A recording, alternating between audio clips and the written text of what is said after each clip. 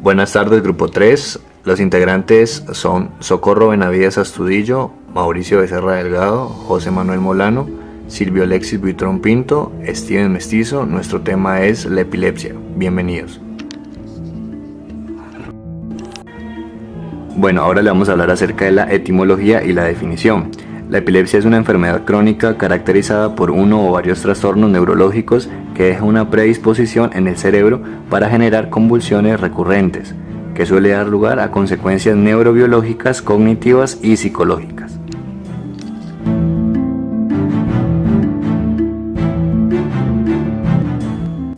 Ahora, para contextualizaros un poco acerca de la historia de la epilepsia, vamos a empezar con Babilonia, 1792, 539 años antes de Cristo, conocida como la epilepsia, como la enfermedad de la luna. Eran las personas que creían que las dolencias estaban controladas por cuerpos celestes, en el caso de la epilepsia por la luna, lo que llevó a pensar que era probable que la crisis ocurriera en la luna llena, de aquí el nombre de la enfermedad de la luna. Ahora continuamos con Grecia, con Hipócrates, 460 años antes de Cristo. A la epilepsia se le conocía como el gran mal, donde esta denominación aparece en la Francia medieval, traducida de la denominación que Hipócrates había dado a la enfermedad de la epilepsia.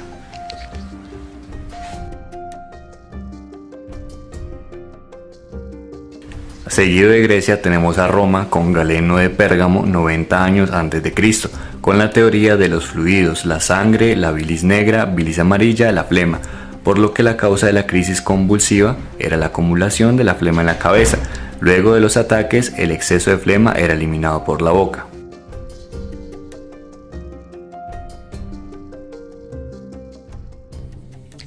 Ahora tenemos a la India, 900 años antes de Cristo, con Atreya. Era considerado el padre de la medicina en estos años. Paroxismo, que era esa máxima intensidad de los síntomas de una enfermedad, con pérdida de conciencia debido a un disturbio de la memoria y de la mente con crisis compulsiva, y ataque de apasmara, que era considerada esa enfermedad crónica y peligrosa, con caídas, temblores en el cuerpo, rotación de los ojos hacia arriba, mordedura de los dientes y espuma en la boca.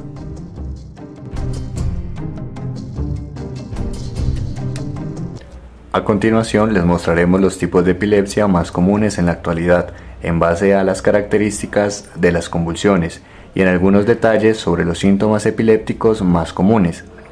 Los tipos de epilepsias son focales, que se encuentran las motoras, automáticas, las sensitivas y las psicológicas.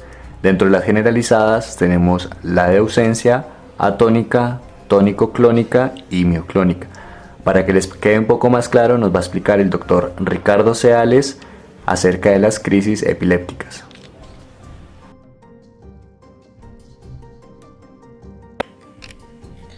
Buenas tardes, compañeros. En esta tarde estamos en compañía del médico Ricardo Ceales, médico cirujano de la Universidad Libre de Barranquilla, con mucha experiencia en la atención hospitalaria. Buenas tardes, doctor. Buenas tardes, Alexis. Vamos a empezar a hablar sobre los tipos de epilepsia. ¿Puede contarnos sobre ese tema? Yo pensaría que empecemos con el tema de qué es epilepsia y cómo diferenciamos entre una convulsión y la epilepsia. Porque en ocasiones nos han hablado tanto sobre convulsiones y lo confundimos con epilepsia. Las convulsiones son una expresión de algo secundario. ¿Qué quiere decir esto? ¿Qué sucede después de un golpe? ¿Qué sucede después de una crisis de hipoglicemia? Puede suceder por hipertensión, puede pasar después de un derrame cerebral. Y la epilepsia está relacionada con la frecuencia, algo que sucede de manera repetitiva, que si no se ha corregido a tiempo, que si no hay una corrección con tratamiento especial, va a persistir y en ocasiones puede llegar a causar la muerte. Listo, tenemos todo esto muy claro. Hay preguntas que se hace la gente. ¿La epilepsia es hereditaria? Bueno, había el concepto de que era hereditaria. Lo que se ha demostrado es que es heredada la posibilidad de sufrir epilepsia. Cuando nosotros vemos que una persona tiene a su papá, su mamá, su abuelo, su abuela que sufren de epilepsia, es mucho más fácil que esa persona sufra de epilepsia. Mientras que otra persona, que nadie de su familia sufre de epilepsia, pues es mucho más difícil de que la sufra. Entonces, de cierta manera, todo esto recurre a un tratamiento con medicamentos. ¿Cuáles son? ¿Qué tipo de medicamentos se utilizan? Existen los medicamentos hospitalarios y los medicamentos ambulatorios. El medicamento hospitalario se utiliza en caso de crisis. Ese paciente que encontraron en la calle tirado en plena convulsión, en pleno proceso de convulsión, que lo traen los bomberos, que lo trae alguien que no tiene idea qué es lo que toma ese paciente. Existen medicamentos especiales para ese proceso. Algunos de ellos son de manera aguda para controlar la convulsión. Pero mientras descubrimos cuáles son los medicamentos que este paciente consume habitualmente. Y existen los ambulatorios, que son los ya formulados luego de un proceso de análisis electroencefalográfico, análisis con el neurólogo, análisis de exámenes de laboratorio, que hayamos descartado las diferentes posibilidades y por consiguiente ya se define cuál es el tratamiento que el paciente necesita. Listo, otra pregunta sobre las cuestiones de vida saludable. Esto, digamos que evita los episodios convulsivos. Más que evitarlos, ayuda a posponerlos. Porque si el paciente tiene un proceso de epilepsia, un proceso de una corriente eléctrica anómala en el cerebro, los alimentos no van a actuar directamente sobre eso. Pero si usted tiene una calidad de vida buena, usted tiene un tiempo de descanso, usted tiene una buena alimentación, es mucho más fácil que tolere los medicamentos que esa persona necesita para controlar su epilepsia, que otra que sea desordenada, que aparte de ser epiléptico hemos tenido casos de que son epilépticos y fuman, consumen alcohol, consumen drogas, y todas esas sustancias revueltas pues van a ocasionar problemas mayores. Entonces, sabiendo la diferencia entre epilepsia y convulsión, ¿podría darnos una clasificación de los episodios epilépticos? Claro que sí. Existen dos principales, o sea, hay muchas subclasificaciones, hay muchas clasificaciones porque se ha ido ampliando el tema, el estudio del asunto. Pero existen dos principales, una las focalizadas y otra las generalizadas. Cuando hablamos de focalizada estamos hablando de esa epilepsia que sucede en un área del cuerpo, que puede ser una mano, puede ser una pierna, puede generar un simple temblor o la que llamamos ausencias, que la persona está hablando y de pronto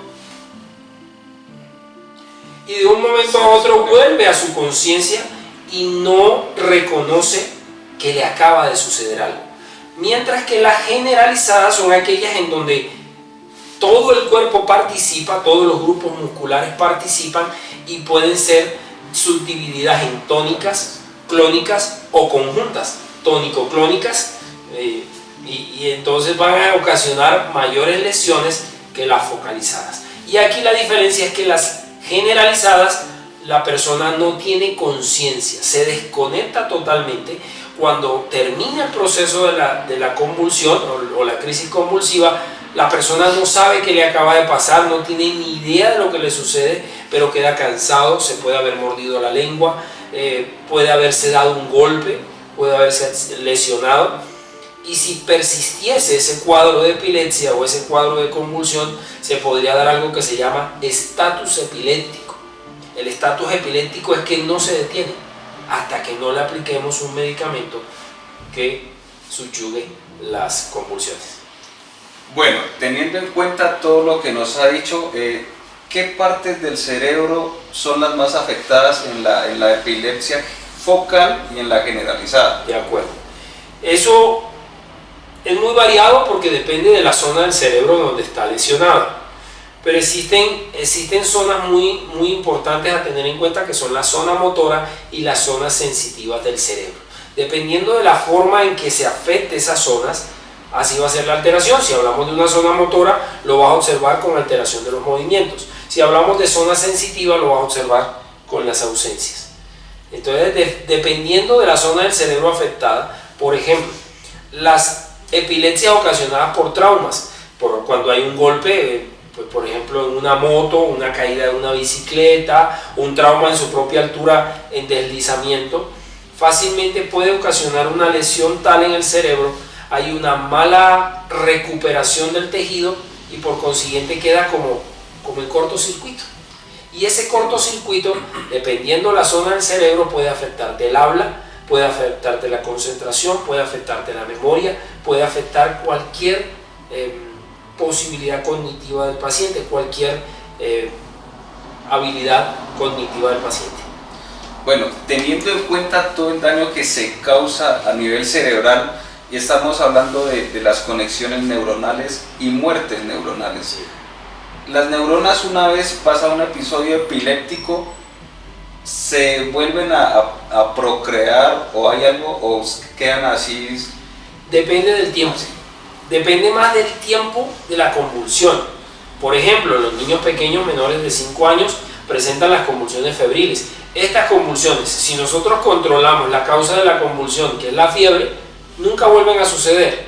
Y si a los 5 años el niño no vuelve a convulsionar, nunca más se vuelve a diagnosticar, nunca más se vuelve a revisar ese niño, porque eso no pasa a mayores, dura de 1 a 3 minutos y no hay lesión neuronal. Mientras que en la epilepsia sí puede haber lesión y puede haber muerte neuronal, porque los tiempos de la epilepsia van de 5 hasta 25 minutos convulsionando, o los que ya pasan a un estatus epiléptico que pueden convulsionar más de 30 minutos. Pero a la hora de identificar las lesiones, lo observamos por la cantidad de neuronas que se mueren. Y como nosotros nacemos con una cantidad de neurona que se muere, difícilmente va a poder regenerarse. ¿Puede aclararnos sobre el término que utiliza sobre estatus epiléptico? Claro que sí. Lo que te decía de los tiempos. La epilepsia empieza un proceso de convulsión. Si la persona ya viene siendo medicada, las crisis son más cortas a una persona que por primera vez convulsiona.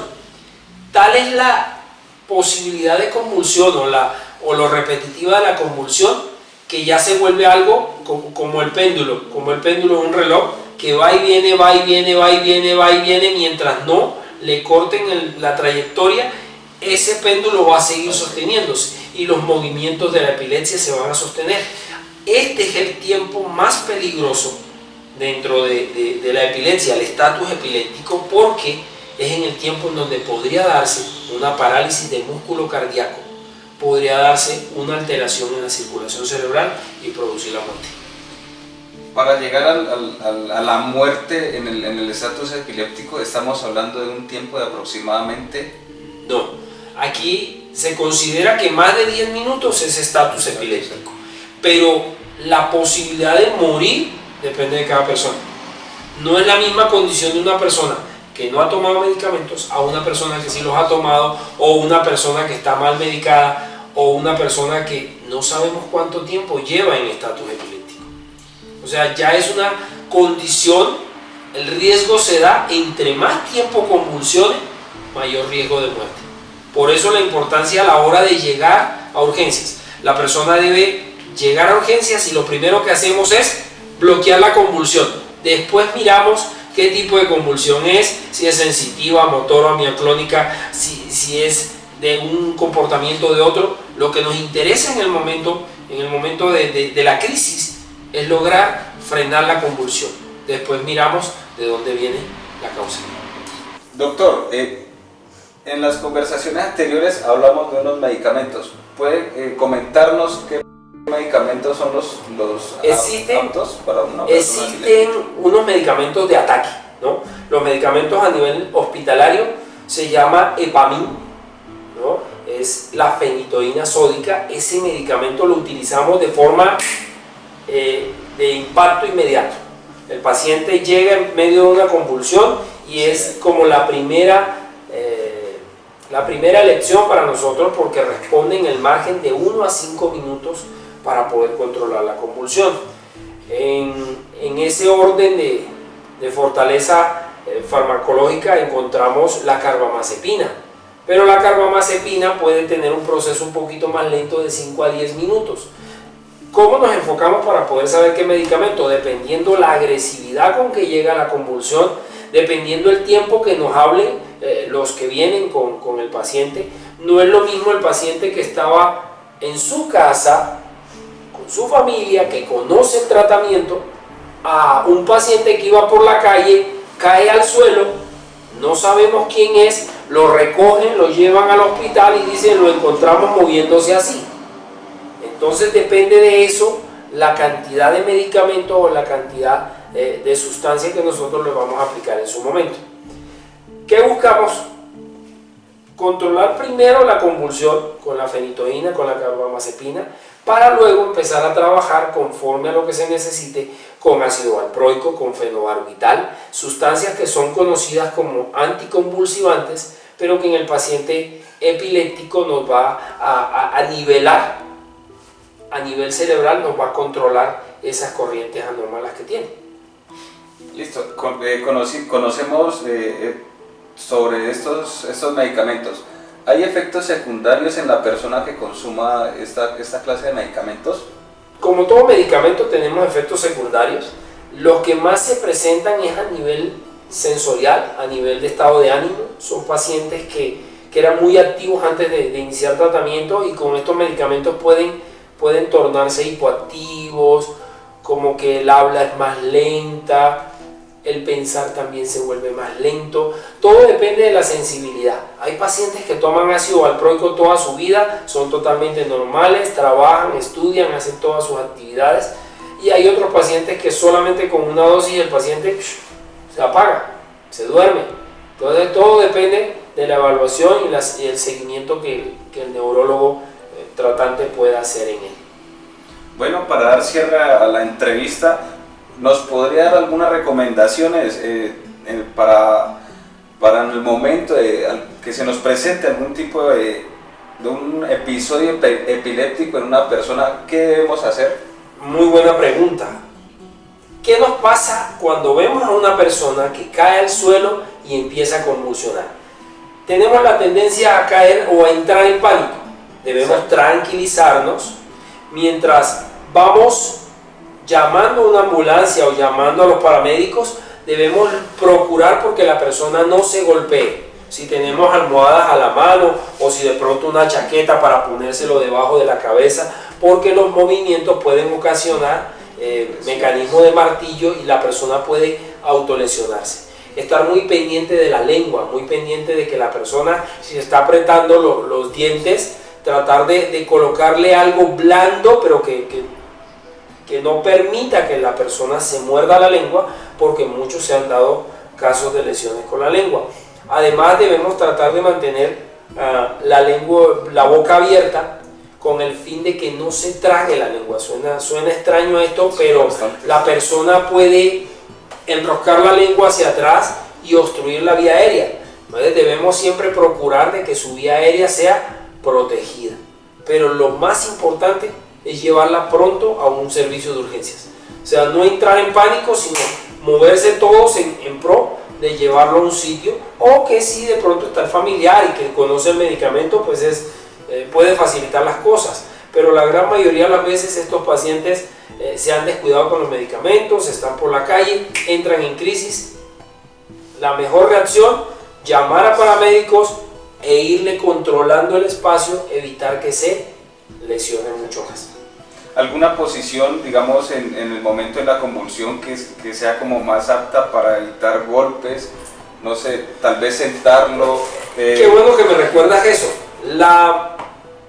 Hay un hábito muy particular que comienzan a gritar al paciente, a tratar de despertarlo. El paciente hay que esperar que termine su convulsión o en su defecto llevarlo a que lo atiendan, ¿sí? O sea, si usted tiene la posibilidad de que llamó la ambulancia y que llegan, lo recogen, pero a veces nos da el afán de que si lo conocemos empezamos, Camilo, él no te está escuchando.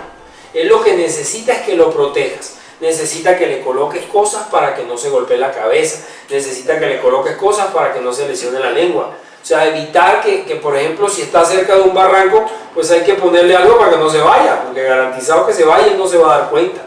O sea, tratar siempre de algo defensivo, de tener un control defensivo del sitio donde está el paciente.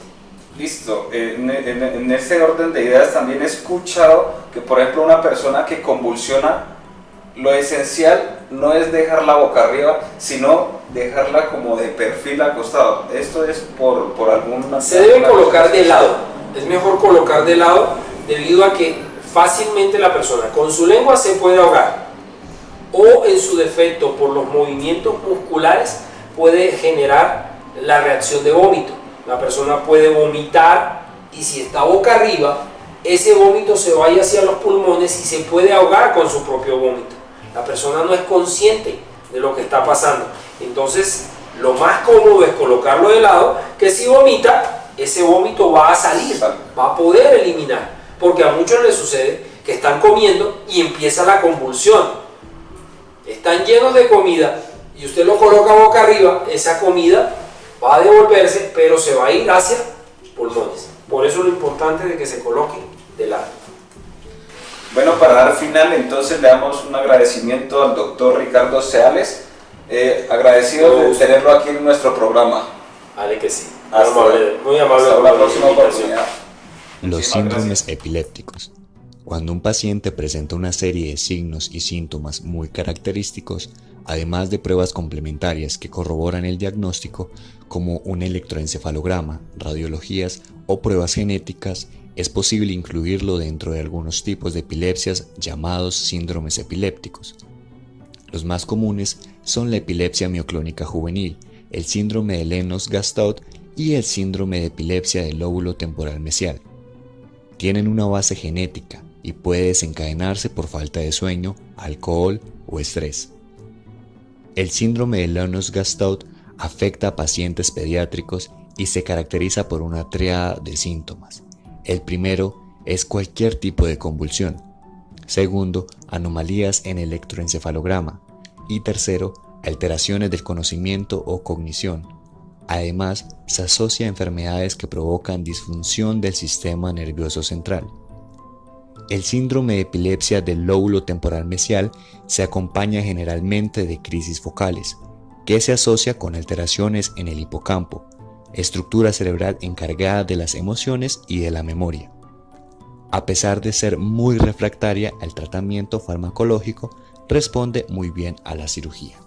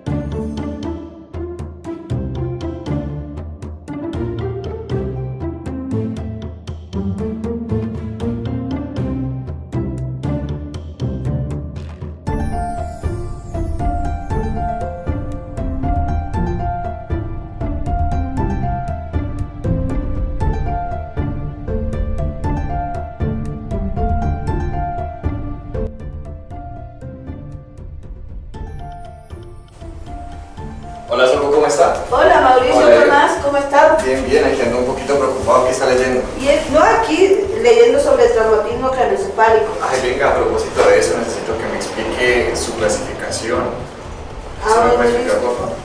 Pues mira, yo estaba iniciando aquí con lo del traumatismo craneoencefálico, que dice que son las causas más frecuentes de daño cerebral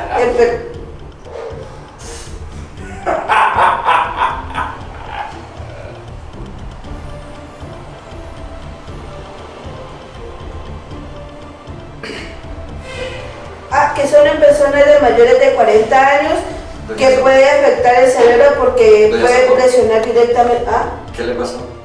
Nada. Es que te apagaste de un momento a otro. ¿Yo? No, si yo estaba, hice una pausa. Te estaba leyendo y te fuiste. No, yo no. No, tú. No. Uy, marica, este partido estuvo buenísimo, weón. De nada, Estoy weón. súper cansado, weón. De hecho, voy a sacar la camisa, weón, porque está súper sudada. Sí, quizás será que mañana volvemos a jugar. Pues, marica, yo creo que sí, marica, pero por ahora yo me voy a duchar, weón, porque pues, la verdad estoy muy cansado, weón. Bueno, Mauricio, ¿te pasa algo? ¡Ayuda! ¡Ayuda! No sé qué hacer, Mauricio. ¿Estás bien? ¿Te encuentras bien, Mauricio? Marica, ¿qué me pasó, weón? De un momento a otro te caíste. ¿Estás bien? Sí, pasé. Solo recuerdo que me iba a bañar y ya. Ay, qué, weón. No sé, ¿qué sería? No sé, ¿Qué más. pudo haber sido? Parce, no. ¿qué vamos a hacer con esa materia? No, yo me pregunto, está muy Posición difícil. dura. No, Con esa profesora sí. dicen que es tenaz. No, esa profesora es muy cuchilla, todo lo que nos puso. Todavía en la exposición que me quebraste la guitarra. Uy, no. Pero pues bueno, hay que... Un unicornio azul. ¿Dónde? Un unicornio azul. Alexis, ¿qué te pasa? Alexis. Auxilio, auxilio. Alexis, ¿qué te pasa? ¿Estás bien? Alexis, ¿qué pasó? No, pero eso me pregunto. No, quédate ahí mejor, quédate ahí, descansa. Me siento débil. Voy a llamar a una ambulancia. Gracias. En casi todos nosotros, el lenguaje reside en el hemisferio izquierdo. Muy bien. Ahora a ver cómo mueves los dedos. Sigue moviéndolos. En esta prueba, que causa pocas molestias al paciente John Wada, de la Universidad de Columbia Británica, inyecta en primer lugar un tinte opaco a los rayos X en la arteria que riega el hemisferio izquierdo. Así puede ver la ruta que seguirá el anestésico que se inyecta en el transcurso de la prueba.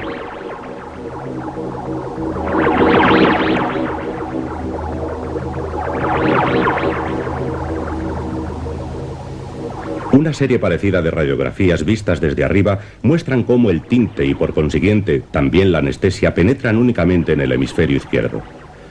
Es de vital importancia que el cirujano confirme dónde está localizado el lenguaje en cada paciente para que la proyectada operación para aliviar la epilepsia pueda ser llevada a cabo sin peligro.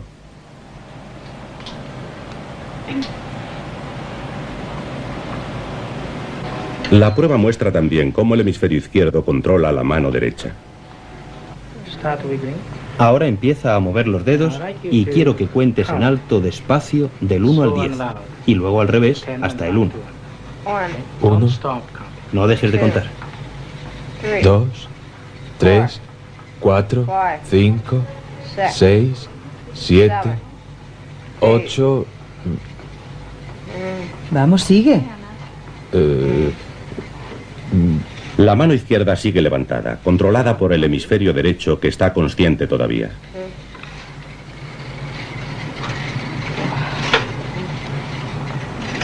Vamos, sigue. Vamos, sigue. Sigue contando. El habla vuelve gradualmente a medida que se va disipando la anestesia del hemisferio izquierdo. 1. Muy bien. Lo has hecho muy bien. Lo que intentamos hacer es averiguar en qué hemisferio está situada el habla en estos pacientes.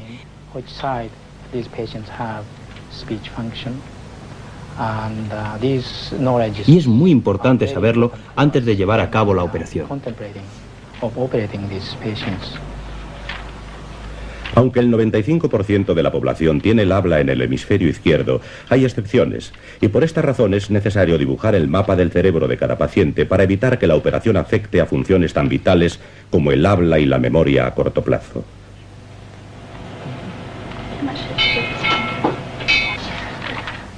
En una segunda prueba, una semana después, se anestesia el hemisferio derecho. Matthew, ¿quieres empezar a mover los dedos? Sigue moviéndolos, eso es. Mira de frente. Eso. No hace falta que me mires a mí. Mira de frente. Muy bien. Ahora empieza a contar en voz alta y despacio. 1, 2, 3, 4, 5, 6, 7, 8, 9, 10. Sigue. 11, 12, 10, 9, 8, 7. El hemisferio izquierdo, consciente, ha conservado el habla. 5, 4, 3. Bien, ¿quieres mostrarle un objeto? Muy bien. ¿Sabes lo que es esto? Es una botella. Bien, cierra el puño, por favor.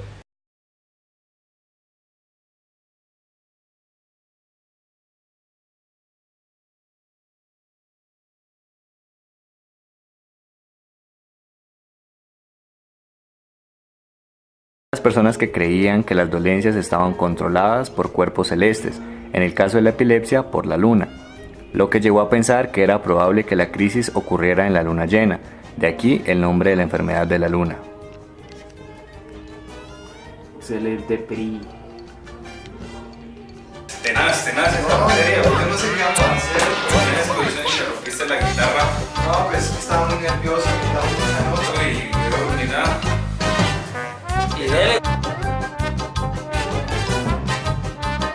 Bueno, ahora les hablaremos acerca de lo de... Ah, puta. Ya estaba grabando. Yo pensé que iba subiendo el ritmo de la canción de allá. Ay, no, cómo se borra, man. Con Grecia tenemos a Hipócrates 400 años antes de Cristo, con la enfermedad conocida el gran... Ay, marica, el gallito. Uy, parce, marica, que es súper cansado en ese partido. Ese partido estuvo súper difícil, hermano. Mauricio. ¡Ay! Eliminar. Porque a muchos les sucede que están comiendo y empieza la convulsión. Están llenos de comida y usted lo coloca boca arriba, esa comida va a devolverse, pero se va a ir hacia pulmones. Por eso lo importante de que se coloque de lado. Listo. No siendo más, le damos un fuerte agradecimiento al doctor Ricardo Sales. Bueno, para dar final le damos un fuerte... Espérate otra vez que me estoy riendo. Saeles. No, Saeles, Dios mío, Seales. Bueno, para dar final entonces le damos un agradecimiento al doctor Ricardo Seales. Agradecido de tenerlo aquí en nuestro programa. Vale que sí. Muy amable. Hasta una próxima oportunidad. Muchísimas gracias. Buenas tardes. Les hablaremos sobre las epilepsias. Venga, tío. ¿Así? Buenas tardes. Venga. Grupo 3. Le sale.